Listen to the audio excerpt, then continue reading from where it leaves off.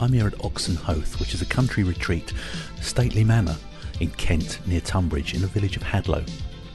Wonderful place surrounded by beautiful grounds, and it's a weekend put on by Sharon White-Elk woman for the Crystal Skull Conference 2010, and I'm amongst 6 speakers speaking here this weekend.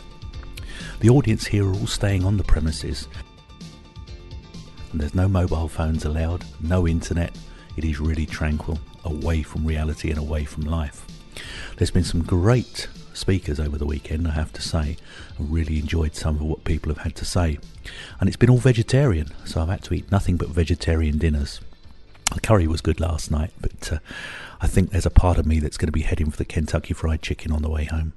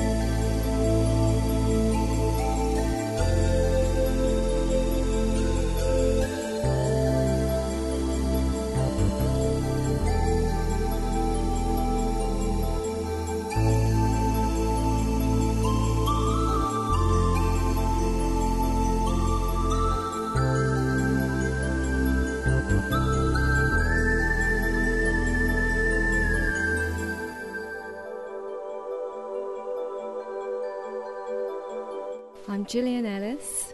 I'm an intuitive healer, a guardian of the crystal skulls, and also a co-guardian of a jade skeleton. This weekend I've given a talk on the crystal skulls and their pertinence to our evolution through this period of time, and the significance of the crystal skull consciousness interweaving with humanity from primordial times. It's a smoky quartz skull, and its significance, coming through channeling, is that it brings in the golden age of Atlantis, helps us to remember the strong years of Atlantis, the overlapping years between Atlantis and Lemuria, and it helps us to remember all the good things about Atlantis rather than concentrating on the destruction. The jade skeleton is about 3 foot high, anatomically correct. It was found in a tomb in Mongolia with a number of other jade skulls and artifacts, and it journeyed through many different families until it came to a family who resides in America, and it was handed down through generations in that particular family until the head of the family decided that it was time for the artifacts to be used once again in ceremony and for healing. So he was a very wise man to have recognised this rather than actually putting it into a museum where nobody would be able to physically interact with it. People have been amazed at the condition that it's in, and the intricate hands and feet and the delicate rib cage, and just amazed at the way that it's being preserved, and the power of it as well. When they stand in its presence, they can feel the energy that it's connected to. The significance is that it's to help humanity in its journey from now and all the time to 2012 and beyond. So it's a linking in, a physical linking for us to the crystal skull consciousness, and we as humans do need to have physical things in our presence as a meditation tool, but it also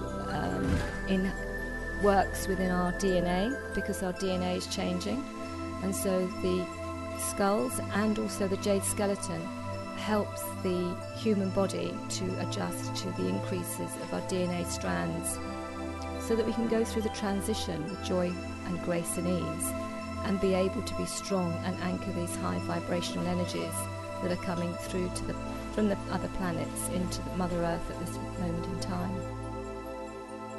Hello, my name is Steve Earnshaw, originally from Yorkshire, but I now live in just outside Avebury, with its wonderful stone circle and its goddess temple. I'm here in Kent this weekend, and I'm involved in introducing crystal skulls and crystal skulls consciousness to as wide an audience as possible. The ones over here on the right hand side, these are of Mongolian origin and were carved in the Hongshan period, which dates between 2500 BC and 4000 BC. So we're looking at a period of history that was matriarchal in nature, and therefore there wasn't so much warring going on, and they were heavily involved in the carving and creating of various artifacts, of which the crystal skulls is one element. The communities at that time were shamanic in nature, and so if I just pick up this item here, you'll see that there is a hollowing out, which means that these could be placed on the end of poles, and they would have been used in a ceremonial setting. If I look at this one here, you'll see that there's a totemic animal, and this one's a tiger, and that's on the back. And the reasons that these were carved on skulls was that they were of significance to the person that would be interested in owning them. If I indicate this one here, you'll see that there's a cicada on the top, and that is a silkworm. And so back even in Neolithic times, the silk trade was significant, and that would have been believed to have been lucky and something that would bring wealth to the person that owned it. This one's a modern carve. This is from China.